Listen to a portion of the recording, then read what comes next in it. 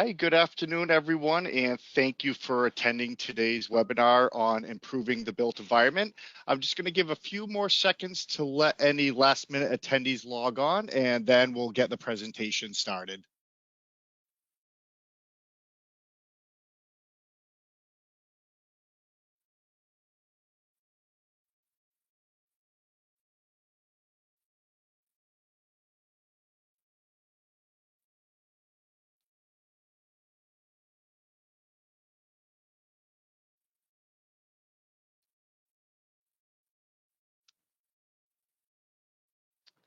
All right. So again, today's presentation is on build and performance monitoring. I will be your presenter today. My name is Shannon Ryerson. I am a senior inside sales rep here at Onset. I specialize in data logging selection and application support, and my primary focus is on the build and performance market. So just some housekeeping details. The webinar will run for approximately 50 minutes today. We'll try to save about 10 minutes at the end of the presentation to answer any questions. Please type your questions into the question section on the control panel. The webinar is being recorded, and a link of this recording will be sent in a follow-up email to you. So a little bit about Onset. We do make the Hobo data loggers. We are located on Cape Cod, Massachusetts, in Bourne. Our sole focus is on accurate and reliable data logging and monitoring solutions. We are a world leader in data logging with a global network of distributors. We do hold an ISO 9001-2015 certificate, and our company was founded in 1981. So here's an outline of our agenda. A few things we're going to be covering is what is a data logger, some common applications for monitoring, ways to access your data, an overview of HoboNet IoT monitoring solutions, important factors to consider when selecting a data logger, answers to frequently asked questions. We'll include a few application stories, and again, we'll save some time at the end for Q&A. So what is a data logger? A data logger is an electronic instrument that records measurements at a set interval over a period of time. Typically, these are battery-operated compact devices equipped with internal microprocessors, data storage, and one or more sensors. The data loggers that we offer can be deployed in indoor, outdoor, or underwire environments. And typically, these can record data for years at a time while being unattended. So for today, we'll be focusing mostly on our build and performance data loggers. So some common environments and applications are listed out here. This could be, temperature monitoring, relative humidity monitoring, CO2, air velocity or pressure in compressed airlines, as well as VOCs. For energy, we have quite a few options for that. It could be as simple as a plug load data logger, which could go in line between, say like a vending machine and a wall outlet. We also have devices for doing kilowatt hours, amps, voltage, power factor. We also have sensors for doing AC and DC current and voltage. We also offer differential pressure sensors, gauge pressure sensors. Our loggers do have the ability to accept 4 to 20 milliamp signals. So if you had a third-party sensor you wanted to connect to one of our data loggers, or maybe a piece of equipment that output that type of signal, you can connect it to our loggers to record it. We can also record pulse signals, DC voltage, and then we also have tilt and acceleration data loggers. For our time of use data loggers, we do have options for both light on and off, motor on and off, state changes, as well as an occupancy/light on and off. And here's just an overview of some of our underwater and outdoor environmental measurements we can take. Now, while these, a lot of these are for, outside the indoor environment, you could certainly use them in indoor environments. For example, some of our, outdoor or water temperature data loggers, there's no issue with using those, inside, like, say, a cold room or storage room, warehouse, things like that. For weather, we have your typical meteorological data that we can capture: temp and RH, PAR, wind speed, direction, rainfall, solar radiation, leaf wetness. And then for others, again, it would be our analog signals that we can capture. So 4 to 20 milliamp, pulse, or DC voltage. And again, this can be beneficial if you have a third-party sensor that you would like to connect to our data logger to capture the information from. It's just a matter of setting up the scaling factor, which would be, what is the min and max reading versus what is its output, and then our data logger will scale that linearly. So a little bit about our hobo monitoring solutions. These are research grade devices that can be put the power of accurate, reliable data at your fingertips, so you can make informed decisions for a sustainable tomorrow. And this could be something for evaluating the performance and impact of renewable energy sites on such as green roof spaces. Also the ability to enable energy use insights to lower costs and conserve resources. And also for assessing indoor air quality and optimizing HVAC system performances to improve occupant comfort and health while reducing your energy usage. Here we kind of outline just some of our common uses of data loggers in different environments. So for example, starting from left to right going clockwise, you could have a remote monitoring system or standalone weather station up on a green roof or green space to record environmental data. Also, next would be our occupancy/light data loggers that could be applicable for, say if you have automated light switches in your conference rooms and you want to ensure that they're turning on and off when they're supposed to. And then also if they are performing the way they are, say, for example, someone comes in the room, lights automatically come on. Then after they leave and, it doesn't detect any motion for a few minutes, that the lights will automatically shut off. This data logger can certainly help you determine if that is the case. Also for comfort levels, we got temperature and relative humidity. Again, out in an agricultural setting, you could have, weather data and climate to help you make educated decisions on, perhaps when you should be watering your crop, or are you overwatering it, underwatering it, things like that. For water quality, a lot of times that comes into play with wastewater management. A lot of times, before you discharge treated water back into a river or stream, you need to make sure that it meets EPA regulations regarding, temperature and salinity, conductivity. Our data loggers will help prove that you aren't causing an adverse impact when you are discharging that treated water. Some other options for water monitoring would be temperature and light. Say you're monitoring aquatic vegetation and you want to know how much light is getting down to where you're growing this aquatic vegetation and what the temperature is to ensure that it's in optimal conditions to ensure you get the maximum yield. And then lastly, our indoor monitoring of CO2. Which for that particular data logger, which we'll go into a little bit more, not only does it do CO2, but it also will give you a temperature and relative humidity reading, which can certainly ensure that you are providing the most comfortable atmosphere for employees, clients, guests, things of that nature. So we have a few different ways that we can access data from our loggers. The first one would be our USB style data loggers. Essentially, these are ideal for short-term deployments where you just want to look at trends in that data. Say, for example, you're going in and doing an audit. I'll use the picture here as an example in a conference room to ensure that the lights are going on and off as scheduled, so you're not wasting energy, and maybe it's, a week or two deployment. Something like this would be ideal. You put it in place, let it record its data. Remove it from the deployment site, offload the data to look at that information.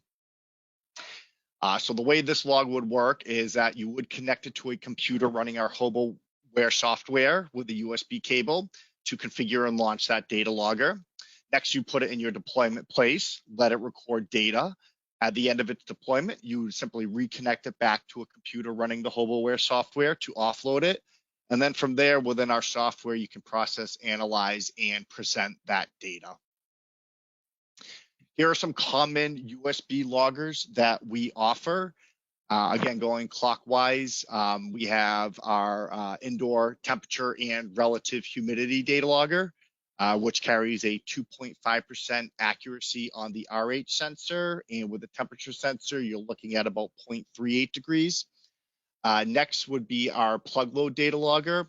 Again, this is an ideal logger if you have, a small piece of machinery that you want to be able to capture, essentially any type of energy parameter on, such as volts, amps, watts, watt hours, kilowatt hours.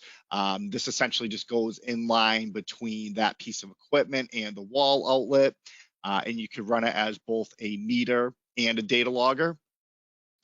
Next, we have our Hobo 4-channel thermocouple data logger. This data logger is ideal for situations where you need to monitor temperatures that are either, extremely hot or extremely cold. The thermocouple sensors certainly have a much wider range of temperature monitoring. One common area I see this particular data logger used is in concrete curing.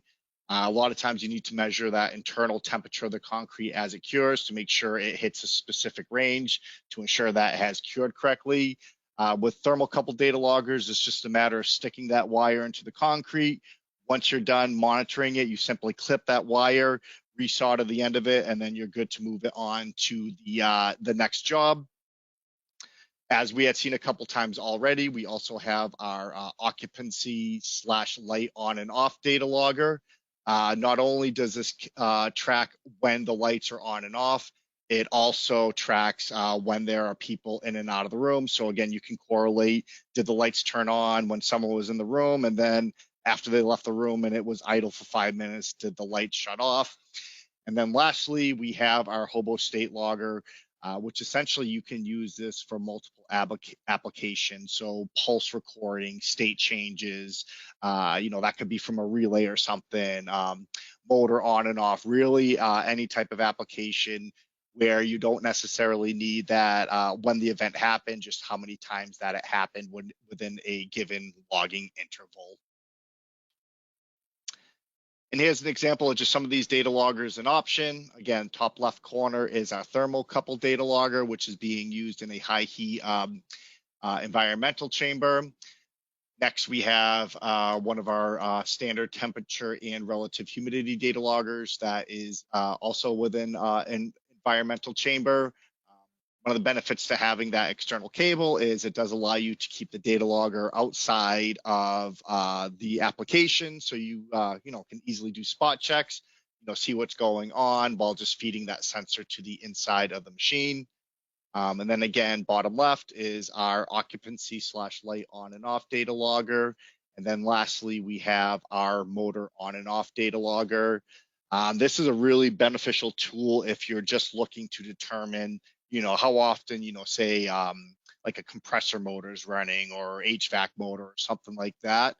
The way this works is that there is an internal magnet on it, and you essentially calibrate it to what the motor looks like when it's on versus what it looks like when it's off. And as that motor spins, the logger detects that AC magnetic field to determine that it's running, and then when it shuts off, it will also mark again that that's when the motor had shut off.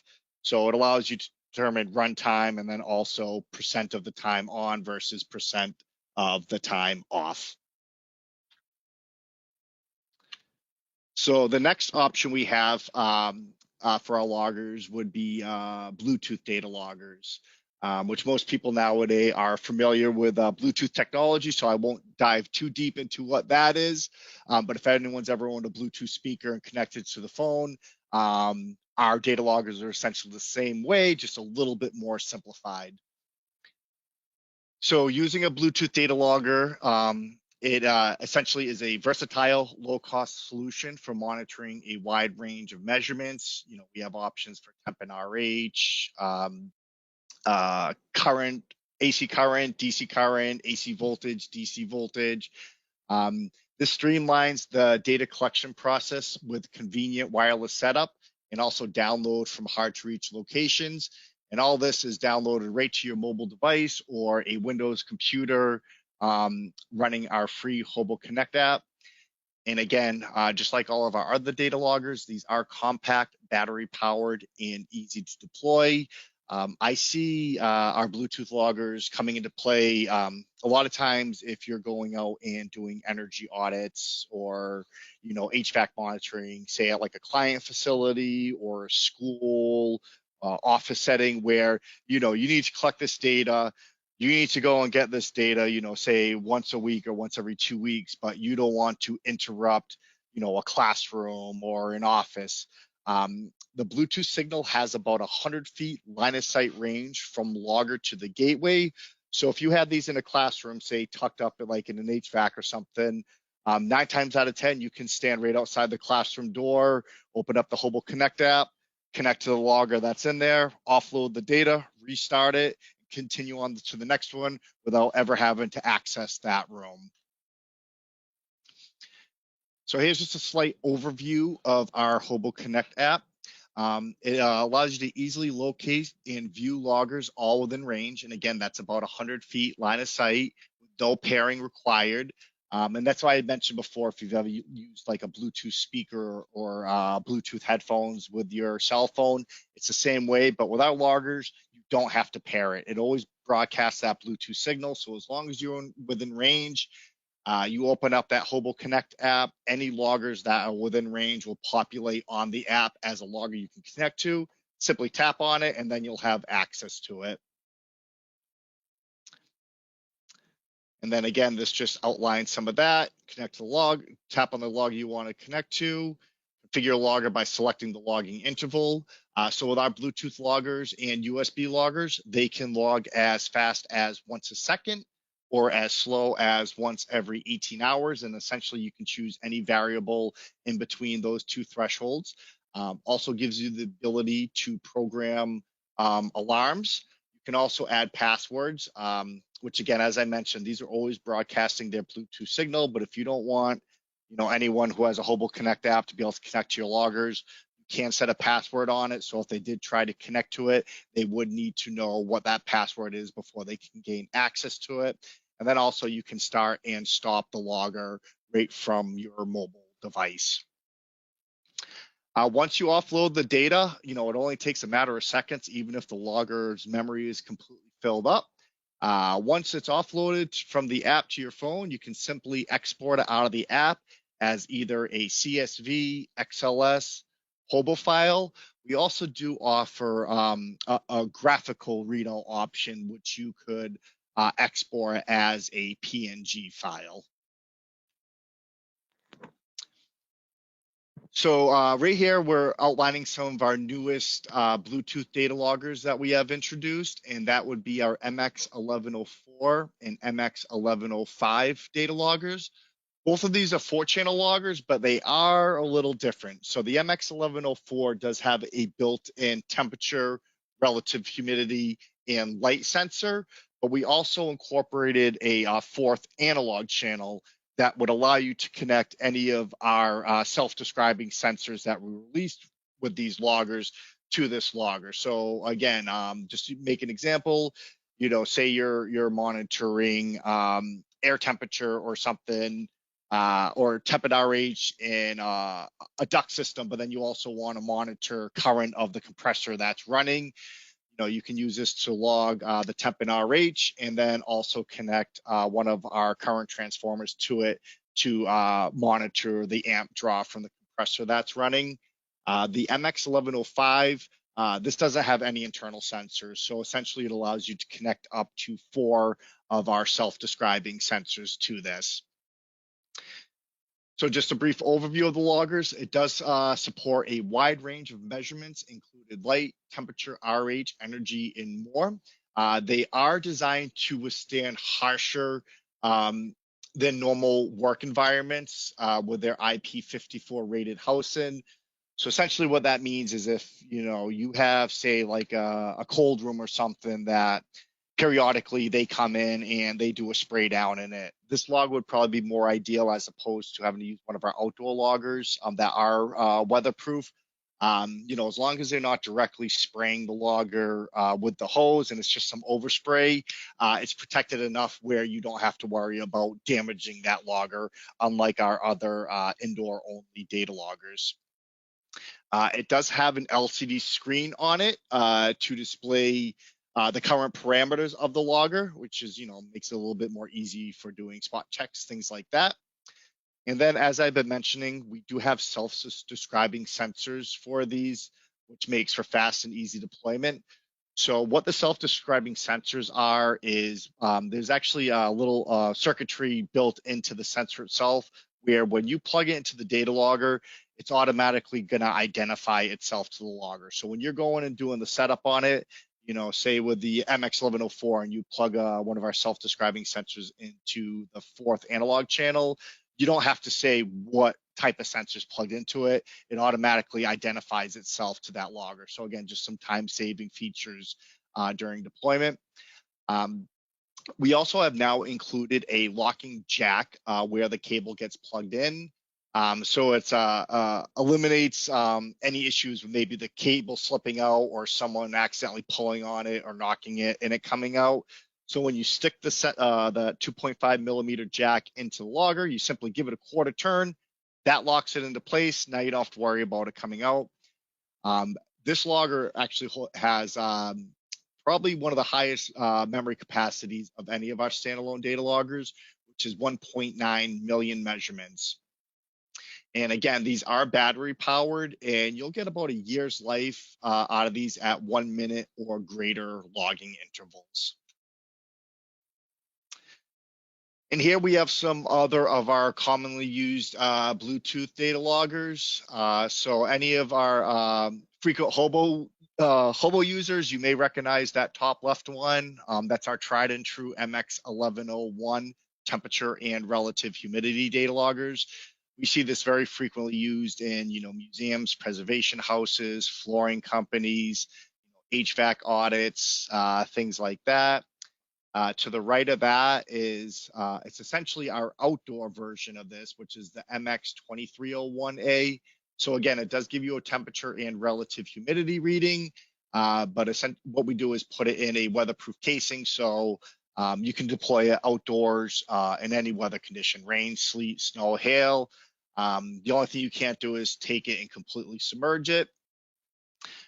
Bottom left is actually, it's our waterproof temperature and light data logger. And as I mentioned earlier in the presentation, a lot of times some clients will use our outdoor or water data loggers indoors.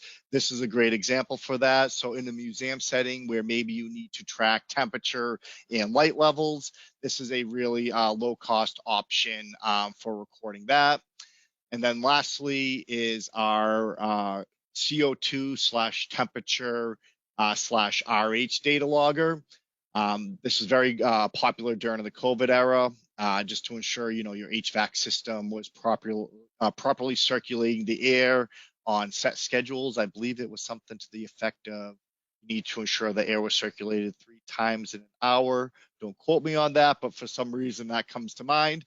Another neat feature about this particular data logger is, while it is battery operated, you can also run it on AC power. So essentially you get a little wall wart, like for an iPhone or Android phone, connect the USB cable to that, and that would allow you to run it primarily off of that AC power. And then if you're to ever lose power at your facility, it would revert to the backup. Also, this logger is compatible with both our Hobo Connect app for your mobile device, or you can also connect it to a computer running our HoboWare software if you prefer to go that route. And that may prove beneficial in a situation where maybe you're at a client's facility who doesn't allow you to use any devices that transmits Bluetooth data. You could always offload that information from it via USB. And here's just some additional measurements that we have for a Bluetooth data logger. We essentially covered most of these. Just to point out a few that we have on here would be dew point. That's actually a calculated channel that all of our temp and RH data loggers will do. And essentially it takes temperature data, relative humidity data, and calculates dew point from that. So really with a logger, like our MX1101, you're really getting 3 measurements out of that one data logger. Again, light intensity, AC, DC, current, and voltage. We have absolute pressure. We also have air velocity sensors you can connect to this, compressed airflow, differential pressure sensors, gauge pressure sensors, which again may prove beneficial if you need to monitor, compressed air lines or water lines, for a sprinkler system or something.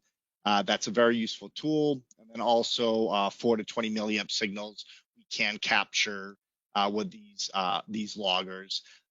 Really the only analog signal that these ones can't record are pulse. We have specific data loggers and sensors designed for recording pulses.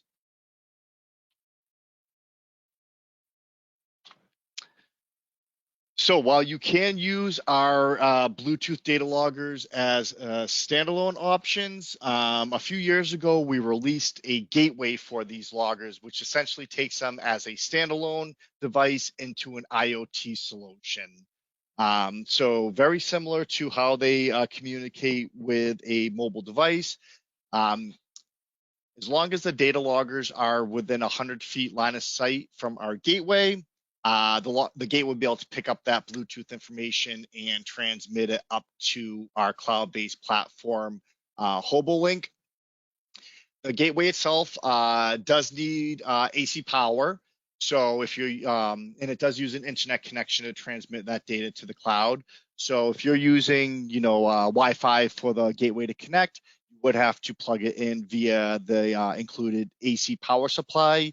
Or if at your facility, your Ethernet offers PoE, which is short for Power over Ethernet, you can power the gateway that way. It does give you the ability to enter an SSID and password for the wireless network. And also, if you choose, you can enter a static IP address if it's using a wired Ethernet connection. So while the loggers themselves have localized alarms on them when you're using them as standalone, incorporating this gateway does allow you to receive remote alarm notifications. And that can be in the form of text, email, or you can receive both messages if you choose. And this could be for something as an out-of-range sensor, i.e. a logger went missing, low battery, a logger stopped when it wasn't supposed to, a logger went missing, or if you had set high and low thresholds on, say a temperature or relative humidity channel, you can receive those alerts letting you know that there has been an excursion on those user-defined settings. And again, this does provide near real-time measurements to HoboLink.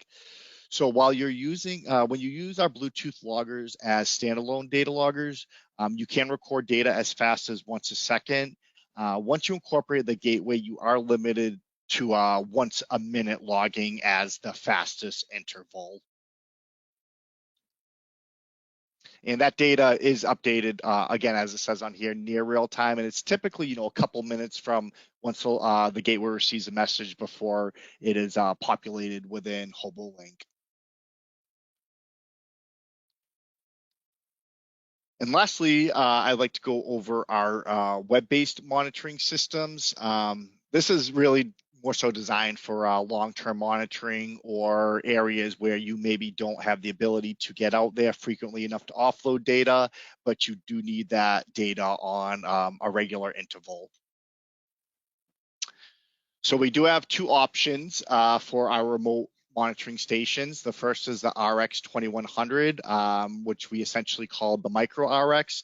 And then we also have our RX3000 remote monitoring station, which would be the flagship model of this product line. So the RX2100 station is a small, compact, versatile, and low-cost station that uses 4G cellular connectivity to communicate to the cloud. You do have the ability to connect it via an AC power adapter and use rechargeable AA lithium batteries for battery backup.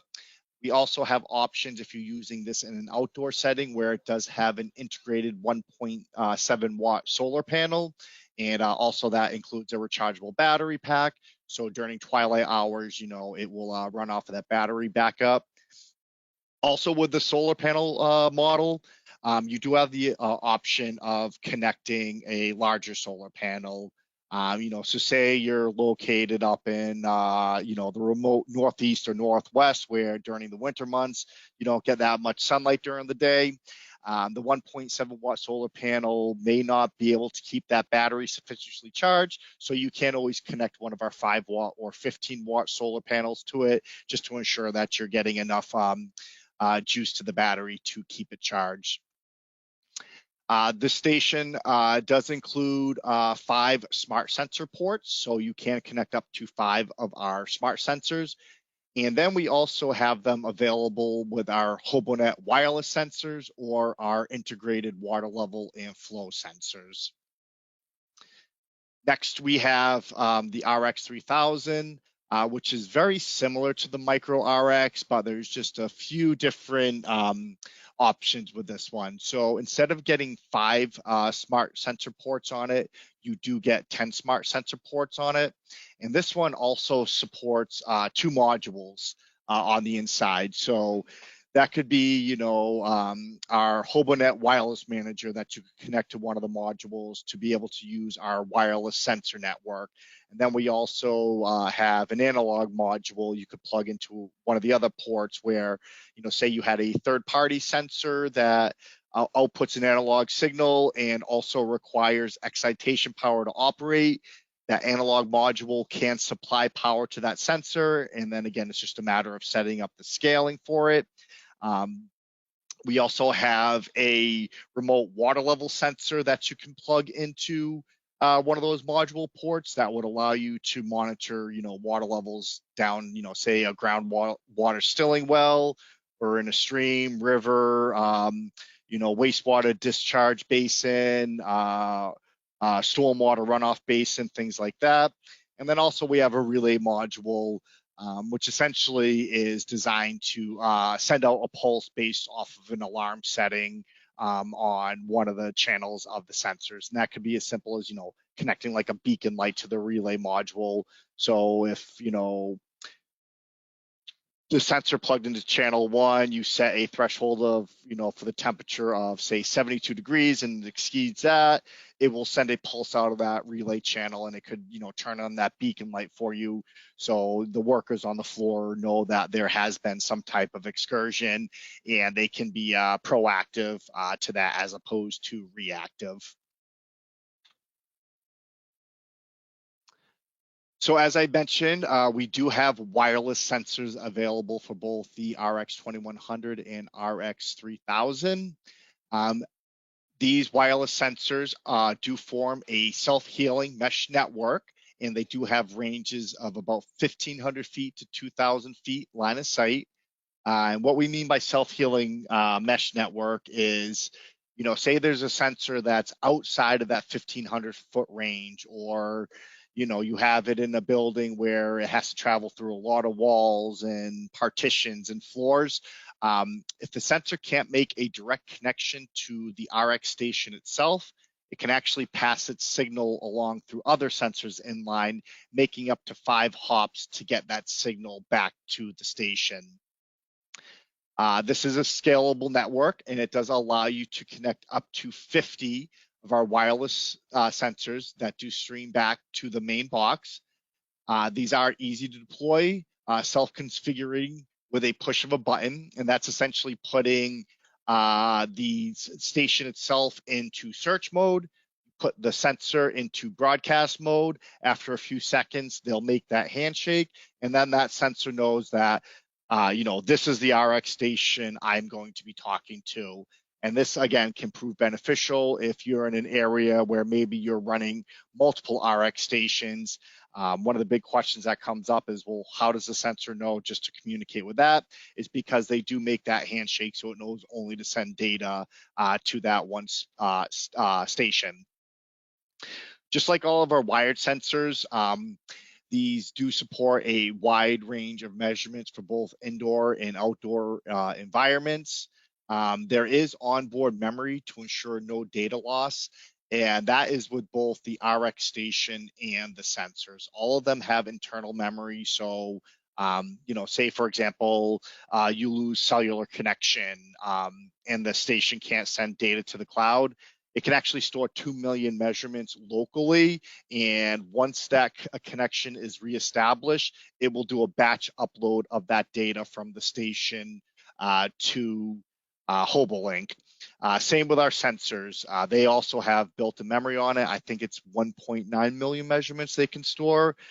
And that, again, if it loses connection with the station, it will save that data locally. Once that connection is reestablished with the station, it will, again, do the batch upload of that data. And very rarely do these sensors lose communication with the sensor. The sensors lose communication with the station. The only instances I've really ever seen that is, out in say like at a shipping company, someone comes in and accidentally, drops 3 reefer trailers in front of a sensor, and now the sensor can't communicate through all those trailers because they're in place and the signal's getting blocked. Once they move it out of the way, it will reestablish that connection and do a batch upload. But very rarely do they actually lose communication. The sensors themselves, just like all of our other data loggers, they do run off of batteries. For our indoor sensors, they use 2 AA lithium batteries. And for the outdoor sensors, it's 2 AA rechargeable batteries. Our outdoor wireless sensors do have an integrated solar panel on them. So essentially, the sun recharges the batteries. The reason why we don't have that for our indoor sensors is because most of the time when you're indoors, you're not going to get direct sunlight. So to help keep the sensors a little bit more cost effective, we removed the solar panel and just included 2 AA lithium batteries. And then also you will get about a year's life out of the user replaceable lithium batteries. For the rechargeable batteries, those will run for several years before they need to be replaced. But just like any rechargeable battery, due to just discharging and recharging, over time, they will lose their ability to hold a charge or hold that charge for an extended period of time. So if you ever see in HoboLink that, one of your outdoor sensors isn't maintaining a full charge or getting a full charge or discharging rapidly, that could be an indication that it's time to replace those rechargeable batteries. So we talked a lot about HoboLink in passing. So now we can actually dive a little bit more into our cloud-based platform. So HoboLink being a web-based application, it does give you 24/7 access to your data. You can use HoboLink to verify your RX station and HoboNet sensors status remotely. Are they connected? What's the battery life in them? What was its latest management? You also do have the ability to set and manage your remote alarms right over the web. So no need to go to the station to program those alarms. You do those right through HoboLink. You also have the ability to configure dashboards that allows you to highlight your most important measurements. A good example of that is if you're in a large warehouse and you want to kind of section off different sensors and have them all display on one graph. You can choose a specific widget, whether it's a line graph, thermometer, bar graph, and add any sensor that is sending data to HoboLink to that one graph. Makes it easier for doing spot checks, things like that. We do have an integrated Google Map feature on there, which does allow you to essentially drag and drop where your sensors and station are on there. And then we also have calculated channels within HoboLink. So again, dew point, which is calculated from temp and RH, also accumulated rainfall, and then ET, which is evapotranspiration. So here's a sample of our map view here that a client was nice enough to share that they had set up at their facility.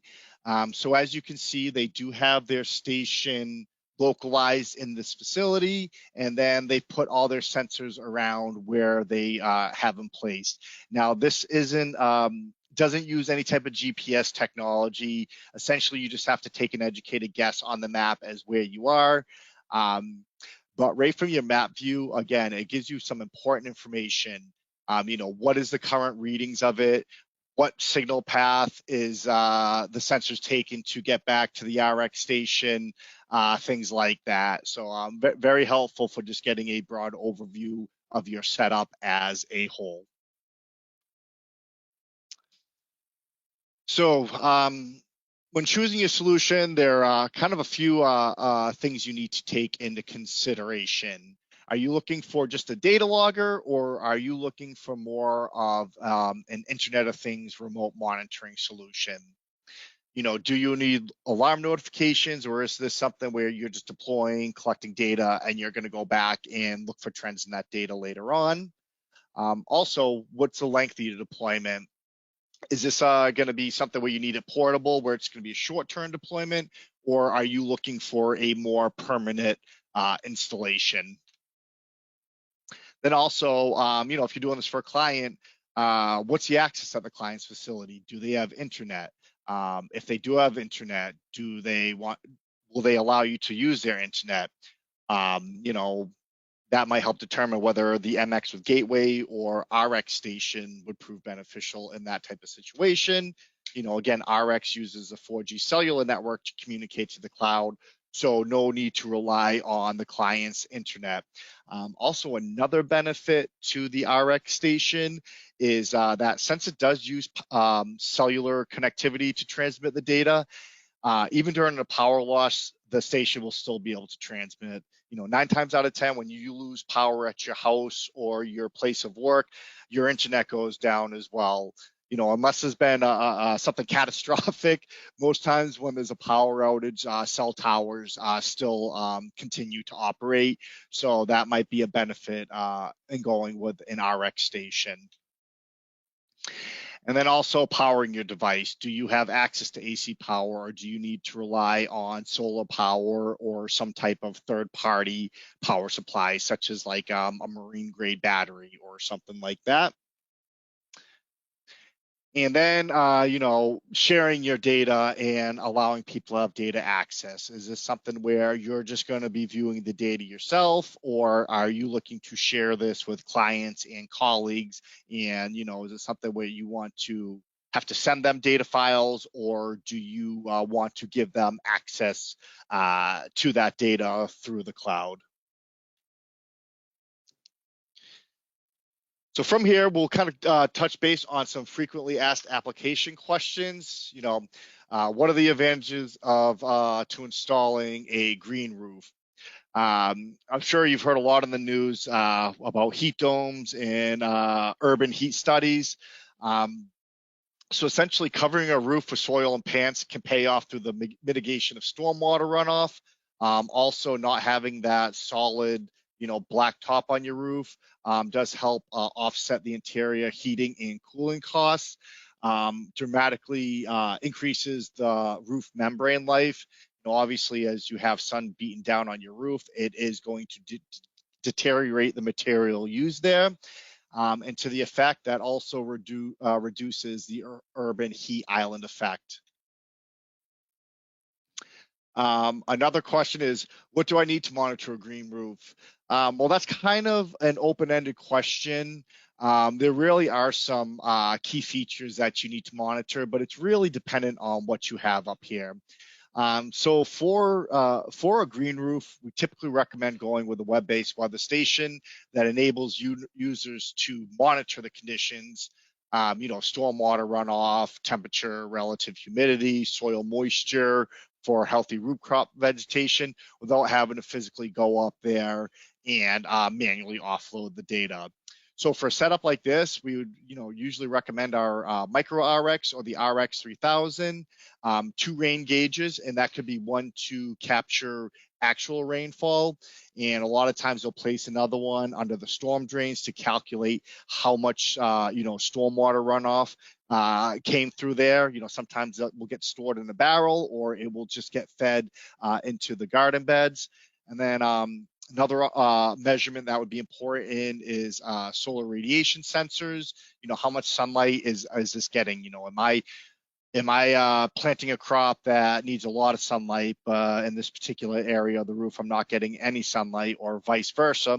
And then also we recommend monitoring wind speed and direction. That kind of plays a part into, evapotranspiration. You're up on a tall building where the wind's quickly drying off moisture, or, is the soil able to hold moisture for longer durations? Okay, another question. What do you recommend as a simple solution for monitoring HVAC systems to ensure optimal performance and proper IAQ in a building? That would be our MX1102A, which again is our CO2, temp, and RH data loggers.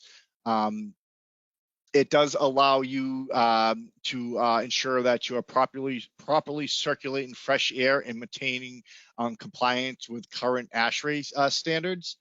It's ideal for measuring and recording CO2, temp, and RH in buildings, office spaces, conference rooms. It is a compact battery-powered device. It is also Bluetooth and USB enabled. It does have a large LCD display, which makes it easier for doing inspections. And then this one also has an audible and visual alarm. So, if you're to set high thresholds on the CO2 channel, if it does reach that threshold, the logger will start beeping for you to let you know that, hey, we may need to open windows or turn on that HVAC system.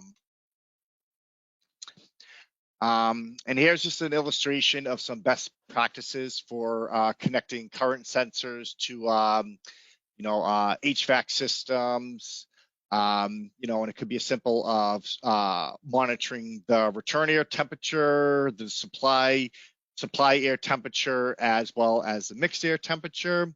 And then also, again, if there's a compressor motor that's driving these blowers, you could always monitor current based off of that as well.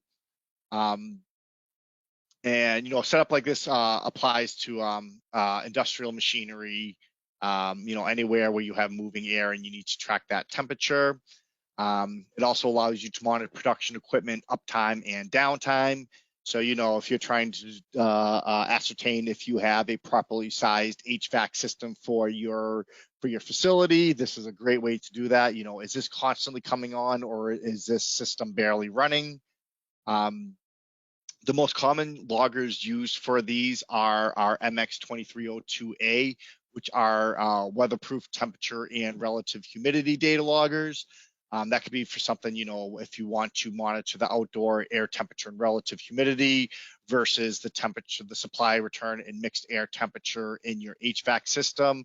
You can deploy the MX2302A outdoors and then use our MX1105 4-channel data logger to monitor your temperatures, as well as compressor amperage to see when it's on and off.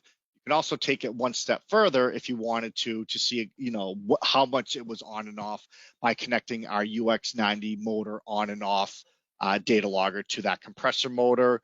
Or you could also use our UX90 state logger if you have a relay that's connected to that motor to determine when that compressor or electric motor has gone on and off. And here's just a little screenshot of our UX90-004 connected to an electric motor there. Okay, and then what is a safe, inexpensive, and simple solution that doesn't require an electrician to identify sources of energy waste, or, as we like to say, identify potential savings? Not to beat a dead horse, but this is a very popular data logger of ours, and that would be the our occupancy / light on and off data logger. And again, lights are one of the biggest areas where energy is wasted, and also where you can save money on it. So ensuring that your lighting system is functioning properly can certainly save you money in the long run. These rooms are designed to monitor occupancy up to 12 meters away. They are auto-calibrating for on and off thresholds. So essentially you identify the logger, hey, this is what it looks like when the light's on, this is what it looks like when the light's off. And then every time there is a change in that lux or lumen, it will stamp on the data file when those lights were on and off. There is also an LCD screen on this showing signal strength to ensure that you're getting proper placement of both occupancy and light on and off. If at all possible, it's not always the case, but if all possible, we do have a light pipe, which you essentially, it almost looks like a little fiber optic pipe that you can connect to the data logger. And then on the other end, you connect it to one of the lights. That way you're not getting any outside influence. Say you're in a conference room that 3 of the 4 walls are all windows, trying to determine if the lights are on and off, versus direct sunlight coming in midday, might get a little hard using that light pipe. It's only getting light from the light source that it's connected to, i.e. the light fixture that you have attached it to. And this just will ensure that you're getting the most accurate data possible. Okay, then what are the different types of wireless networks and how do I choose which one is best for my project? So again, with our MX Bluetooth data loggers and gateway, they essentially use what we call a star network. So looking at this graph, ideally you'd want the gateway in the center of this plot, and then all the data loggers would be around it. And as you can see, they all connect just directly to the gateway. They don't pass their signal through other sensors in line. Where with our RX, or I should say our HoboNet sensors, again, they do form the self-healing mesh network. So while it is ideal to centrally locate the station, if you can, it's not absolutely necessary. Because again, these sensors, they can pass their signal through other sensors in line, making up to 5 hops to get that signal back to the station. Okay, then interested in sensors that monitor both inside and outdoor conditions for use in automated controls, including wind, rain, etc. We do offer a wide array of data loggers, sensors, standalone devices for monitoring outdoor weather and underwater applications. So if you do ever find yourself in a situation where predominantly you do build and performance monitoring, but you have a job that comes up requiring outdoor monitoring, water quality, we will have a solution for you.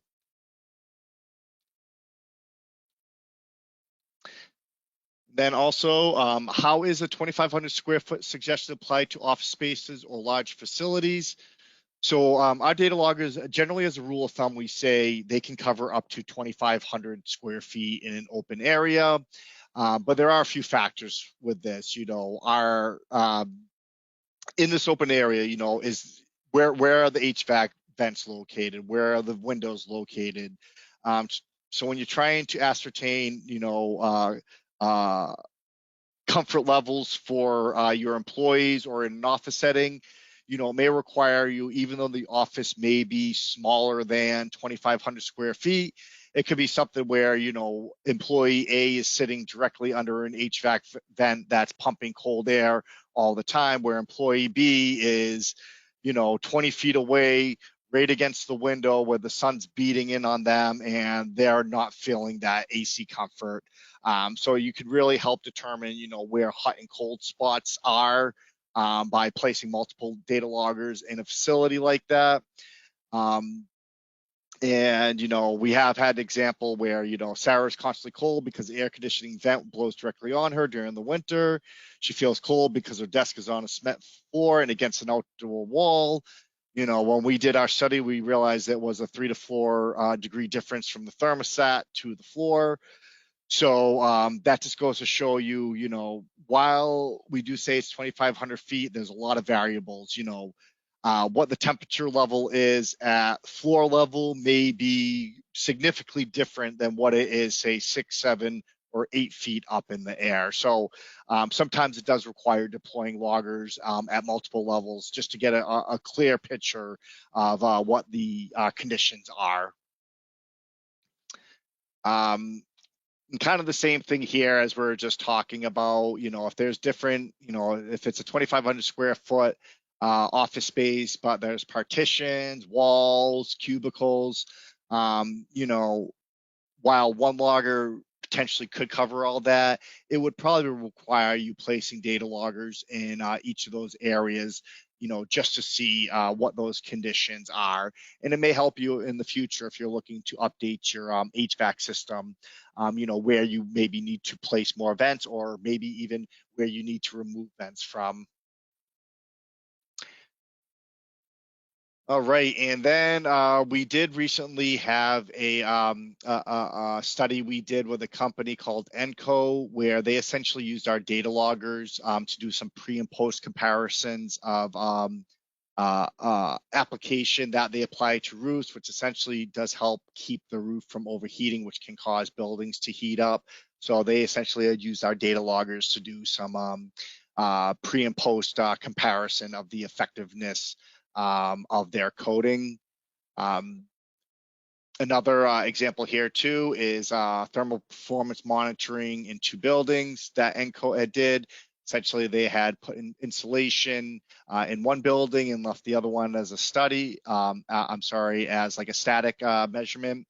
And then from there, they're able to show that applying our coating, helps keep cold air in, hot air out in the summertime, and then in the wintertime, keep hot air in and cold air out.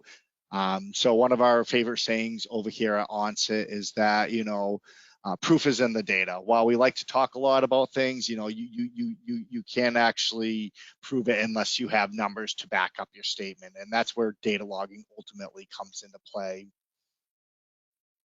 And here's just a chart of one of the buildings that was coated versus one that wasn't, just side-by-side comparisons. And again, this is all right through HoboLink in a dashboard. As you can see, they had set it up with widgets that made sense to them, so they can see, side-by-side comparisons of the treated and untreated facility. And if you are interested in learning more about this, they do have some online resources on the Enco website, which does go over their applications. We also have it on our website, along with some white papers on fighting hidden energy waste with data logging, 8 cost-saving opportunities.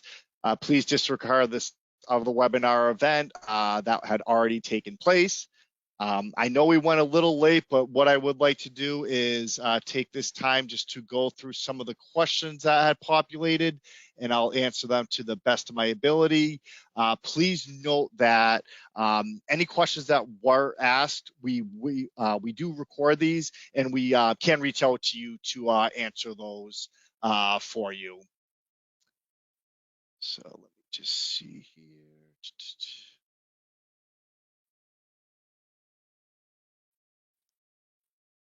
Okay, let's see here. I see one. Are the batteries rechargeable? You can use rechargeable batteries in our data loggers. We typically don't recommend it just because we can't guarantee the life out of rechargeable batteries. As I had said in my statement earlier, over time, rechargeable batteries charging, discharging, they do lose their ability to hold a charge over time. What's the price of the MX Gateway? The gateway itself goes for $375, and then there is a $75 annual service plan fee per gateway per year. And essentially that is just due to the data traffic from the gateway to our cloud, as well as behind the scene maintenance. Can the sensor location be placed on a floor plan of a building? No, so it only uses Google Maps for doing that map view. That is something that we're looking at doing, giving clients the ability to import floor plans in the future. But as of right now, we don't have that capability. Let's see here. We use oven type temperatures 400 plus. Perfect, Robert. I would definitely recommend our thermocouple data loggers. Those ones can record temperatures in excess of 1,000 degrees. So I definitely recommend checking out our single channel and 4-channel thermocouple data loggers.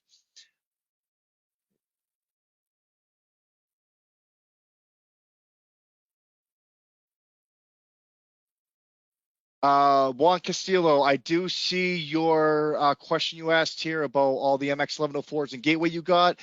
Feel free to give us a call or contact our tech support department. They'll be able to provide some assistance and maybe some best practices for placements. Let's see here, just trying to find some more general questions here. Are all temp and humidity data loggers Bluetooth? No, so we do have temperature and relative humidity data loggers in both USB and Bluetooth. So you get an option of how you want to receive your data. When is the recording available? This usually comes out within a week or two after it. Do data loggers monitor KVA?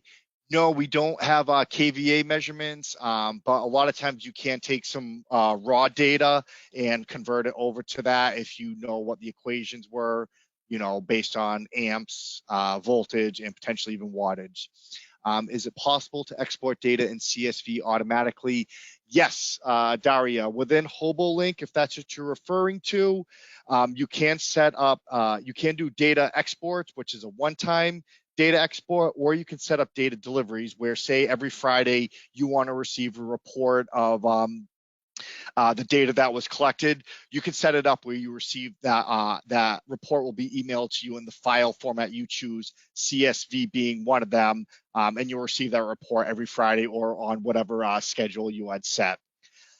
I do see that we have gone a minute overhead, so over our time limit. I won't take up any more of your time, but my contact information is here, along with our general information. Please don't hesitate to reach out to me or any of our sales team with any questions or concerns. We're certainly happy to help. And again, I want to thank everyone for attending the presentation today. I hope you have learned something new about our products.